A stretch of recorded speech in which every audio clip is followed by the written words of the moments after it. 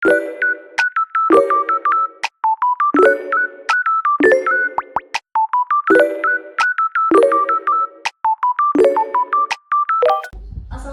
warahmatullahi wabarakatuh. Sebelumnya kepada yang terhormat Ibu Fadriani Asos MAP, selaku dosen pengampu untuk mata kuliah Pendidikan Kewarganegaraan. Di sini kami dari kelompok Demokrasi akan menyampaikan hasil diskusi kami terkait uji kemampuan dengan tema demokrasi. Dengan saya Tika Irmalasari dan rekan-rekan saya Seratus Muhammad Nena Pugolo, saya Nadia Putri Maudi, saya Ingrid Kaya Paling, saya Muhammad Abdul Syarim. Oke, terkait tentang demokrasi. Berdasarkan sebuah penelitian, United Nations Educational, Scientific, Cultural and Organization or UNESCO pada tahun 1949 untuk pertama kali dalam sejarah menyatakan demokrasi sebagai nama yang paling baik dan wajar untuk seluruh sistem organisasi politik dan sosial yang diperjuangkan oleh para pendukungnya. Nah, demokrasi sebagai alternatif dalam tatanan aktivitas untuk bermasyarakat, berbangsa, dan juga bernegara. Nah, jadi dipilihnya demokrasi sebagai tatanan aktivitas untuk bermasyarakat, berbangsa, dan juga bernegara didasarkan pada dua hal. Nah, yang pertama, karena hampir seluruh negara yang ada di dunia menganut asas demokrasi sebagai asas yang fundamental. Dan yang kedua, demokrasi sebagai asas kenegaraan yang esensial dan berperan dalam masyarakat untuk menyelenggarakan negara sebagai organisasi tertingginya. Nah, lalu apa itu demokrasi? Nah, jadi secara etimologi demokrasi berasal dari istilah demokratia yang berarti rule of the people, di mana merupakan perpaduan dari dua kata yaitu demos yang artinya rakyat atau people dan kratos yang artinya kekuasaan atau pemerintahan. Nah, jadi istilah ini dari Yunani pada abad ke-5 sebelum Masehi, di mana pada saat itu untuk penamaan salah satu kota di negara yaitu Athena. Nah, jadi pada masa itu demokrasi yang dianut adalah demokrasi langsung, di mana demokrasi langsung adalah salah satu bentuk pemerintahan di mana keputusan politik diputuskan oleh warga negaranya secara langsung sesuai prosedur mayoritas. Nah, untuk lebih lengkapnya terkait demokrasi sudah kami rangkum dalam 3 soal, di mana soal yang pertama akan dibahas oleh rekan saya Sahati, soal yang kedua akan dibahas oleh rekan saya Nadia dan Ingrid Kaya Paling, dan soal yang ketiga akan dibahas oleh rekan saya Abu Cantik. Dipersilakan. Baik, pada soal yang pertama yaitu demokrasi selain disebut sistem politik, disebut pula sebagai sistem pemerintahan. Jelaskan pernyataan tersebut. Pada buku Pendidikan Kewarganegaraan halaman 124 disebutkan bahwa dalam hubungannya dengan implementasi ke dalam sistem pemerintahan, demokrasi melahirkan sistem yang bermacam-macam, seperti demokrasi dengan sistem presidensial, demokrasi dengan sistem parlementer, dan demokrasi dengan sistem referendum. Demokrasi dengan sistem presidensial menyejajarkan antara parlemen dan presiden dengan memberi dua kedudukan kepada presiden, yakni sebagai kepala negara dan kepala pemerintahan. Demokrasi dengan sistem parlementer meletakkan pemerintah atau kepala pemerintahan dipimpin oleh Perdana Menteri dan kepala negara, bisa seperti presiden, raja, ratu, kaisar, dan sebagainya, yang menjadi simbol kedaulatan dan persatuan. Demokrasi dengan sistem referendum meletakkan pemerintahan sebagai bagian badan kerja dari parlemen. Di beberapa negara ada yang menggunakan sistem campuran antara presidensial dan parlemen, seperti Prancis dan Indonesia. Demokrasi disebut sebagai sistem pemerintahan karena demokrasi bukan hanya sebagai konsep atau ideologi, melainkan juga sebuah mekanisme praktis yang digunakan untuk mengatur dan menjalankan kekuasaan negara. Sebagai sistem pemerintahan, demokrasi mengatur bagaimana kekuasaan disusun, dijalankan, dan diawasi, dengan tujuan utama untuk melindungi kepentingan rakyat dan menjamin keadilan sosial. Selanjutnya dilanjutkan teman kami. Baiklah, untuk pertanyaan kedua, dalam pilar-pilar demokrasi berdasarkan Undang-Undang 1945, terdapat demokrasi berdasarkan ketuhanan yang Maha Esa dan demokrasi berdasarkan kecerdasan. Jelaskan pengertian tersebut dan apakah demokrasi di Indonesia saat ini sudah berdasarkan Pancasila dan Undang-Undang 1945. Saya akan menjawab mengenai pilar-pilar demokrasi berdasarkan Undang-Undang 1945. Pendapat ini dicetuskan oleh Ahmad Sanusi tahun 2006 yang mengutamakan 10 pilar demokrasi yang dipesankan oleh para pembentuk negara, The Founding Father, yang terletak pada buku di halaman 125. Dan ke-10 pilar itu yang pertama adalah demokrasi berdasarkan ketuhanan yang Maha Esa, yang kedua demokrasi dengan kecerdasan,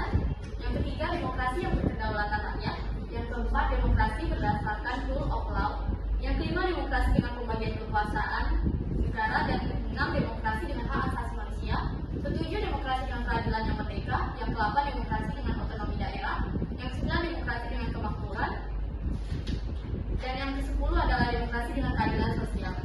Saya akan membahas tentang demokrasi berdasarkan ketuhanan yang Maha Esa.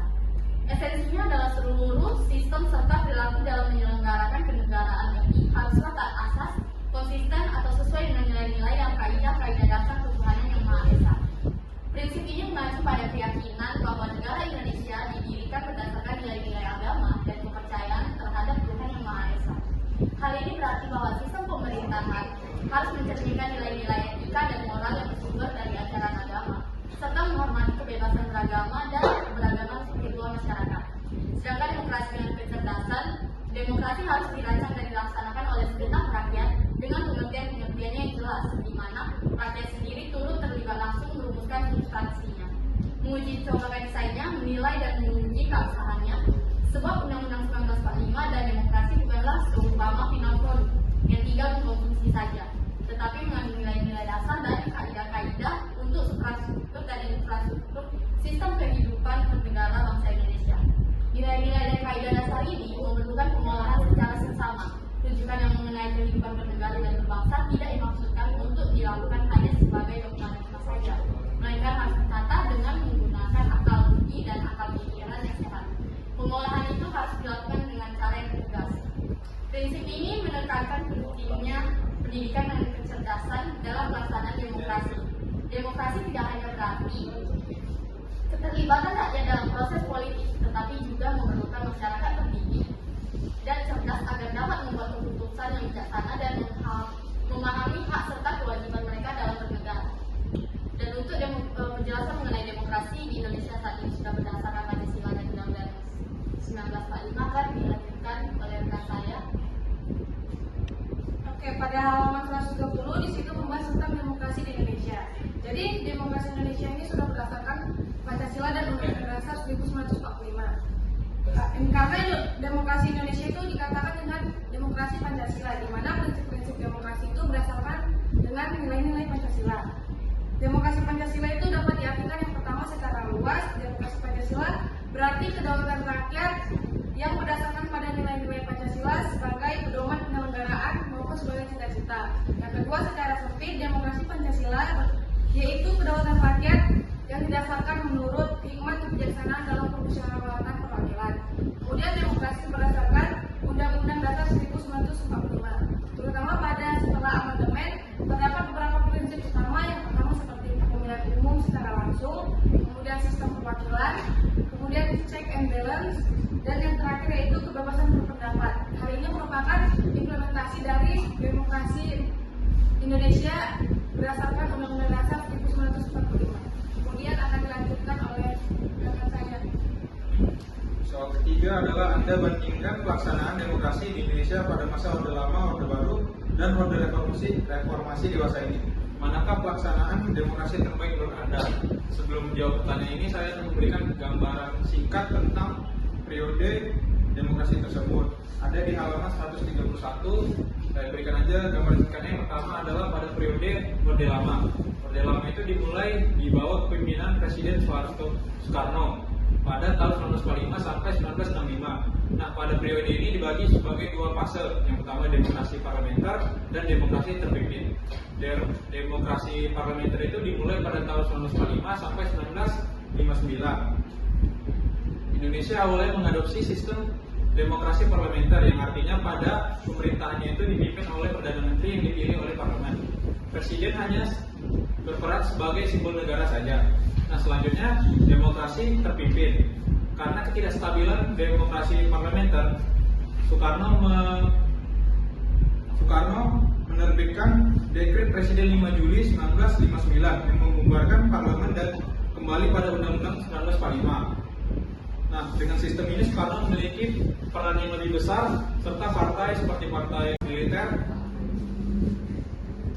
dan nasionalisme mendapat posisi penting.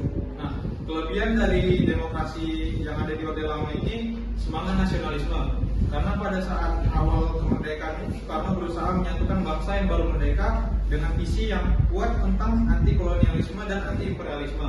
Nah, kelebihan yang kedua adalah kebebasan politik pada demokrasi parlementer. Pada awal demokrasi parlementer, kebebasan politik politik relatif tinggi dengan banyak partai yang berpartisipasi dalam sistem politik. Yang ketiga, kelebihannya adalah eksperimen demokrasi. Pada periode ini Indonesia diberikan kesempatan untuk mengeksperimen demokrasi apa yang cocok di Indonesia. Kelemahan pada demokrasi ini adalah ketidakstabilan politik, karena pada parlementer itu Perdana Menteri dipilih oleh parlemen, banyak penggantian kabinet yang menyebabkan ketidakstabilan politik. Nah, kelemahan yang kedua itu konsentrasi kekuasaan pada Soekarno. Pada masa demokrasi terpimpin, kekuasaan sangat tersentral pada Soekarno, PKI, dan militer. Nah, lanjut ke Orde Baru pada tahun 1966 sampai 1998. Orde Baru dipimpin oleh Soekarno yang dikenal dengan stabilitas politik serta pertumbuhan ekonomi yang signifikan. Namun pada saat zaman ini demokrasinya disebut sebagai demokrasi semu karena banyaknya pengakaman terhadap kebebasan politik. Nah, nama demokrasi pada periode ini disebut demokrasi Pancasila. Walaupun namanya demokrasi Pancasila, namun dalam praktiknya pemerintahan sangat tersentral pada presiden. Pemilu diadakan secara 5 tahun sekali, namun yang bakal mendominasi pasti Partai Golkar. Sementara partai lain dan oposisi yang diatur ketat oleh pemerintah. Selain itu, media dikendalikan dan kritik terhadap pemerintah jarang mendapat tempat. Lembaga-lembaga negara termasuk parlemen dan kehakiman juga di bawah pengaruh pemerintah pusat. Kelebihannya sesuai yang dikatakan di awal adalah stabilitas politik. Orde Baru berhasil menciptakan stabilitas politik yang relatif panjang, terutama dibandingkan dengan masa Orde Lama yang sering mengalami krisis politik. Yang kedua, kelebihannya itu pembangunan ekonomi. Soekarno melakukan program Repelita, yaitu rencana pembangunan 5 tahun. Soeharto mampu membawa pertumbuhan ekonomi yang signifikan, mengurangi kemiskinan dan meningkatkan infrastruktur. Nah, kelemahan pada demokrasi Orde Baru ini yaitu demokrasi semu, karena demokrasinya karena partai politik pada saat demokrasi tersebut dibatasi dan dikontrol terhadap politik yang sangat kuat oleh pemerintahan pusat. Nah, kelemahan yang kedua itu adalah pelanggaran hak asasi manusia. Orde Baru terkenal dengan berbagai pelanggaran HAM seperti pembungkaman oposisi, pertahanan politik, serta kekerasan terhadap aktivis. Korupsi, kolusi, dan nepotisme juga termasuk ke dalam kelemahan dalam demokrasi Pancasila yang dilakukan oleh Soeharto. Orde Baru melahirkan budaya KKN yang merajalela di kalangan pejabat pemerintah. Nah, lanjut ke Orde Reformasi dari 1998 sampai sekarang. Banyak sebutan untuk demokrasi pada periode ini, demokrasi multikultural dan juga demokrasi terbuka. Nah, era reformasi ini membuka jalan bagi sistem demokrasi yang lebih terbuka. Kebebasan berpendapat dan kebebasan pers meningkat secara drastis daripada dengan periode Orde Baru. Kelebihan dari demokrasi ini, kebebasan berpendapat dan media menjadi capaian besar dari era reformasi. Meningkatnya kebebasan berpendapat, masyarakat bisa menyuarakan pendapatnya tanpa takut. Kelebihan yang kedua adalah pemilu yang lebih demokratis. Pemilu di era reformasi lebih terbuka dan kompetitif, dengan banyak partai politik yang berpartisipasi. Yang ketiga adalah partisipasi politik yang luas. Rakyat Indonesia memiliki kesempatan untuk berpartisipasi pada politik Indonesia seperti pemilu maupun melalui gerakan masyarakat sipil. Kelemahannya ya korupsi yang masih meluas. Meskipun sudah ada reformasi, korupsi masih menjadi masalah besar. Nah, dari semua yang saya gambarkan itu, dari jawabannya untuk jawabannya menurut saya yang lebih bagus itu Orde Reformasi, karena yang terbaik dari segi penerapan demokrasi memberikan lebih banyak kebebasan dan keterlibatan rakyat dalam politik. Nah, itu jawaban untuk nomor 3. Oke, sekian terkait penjelasan kami mengenai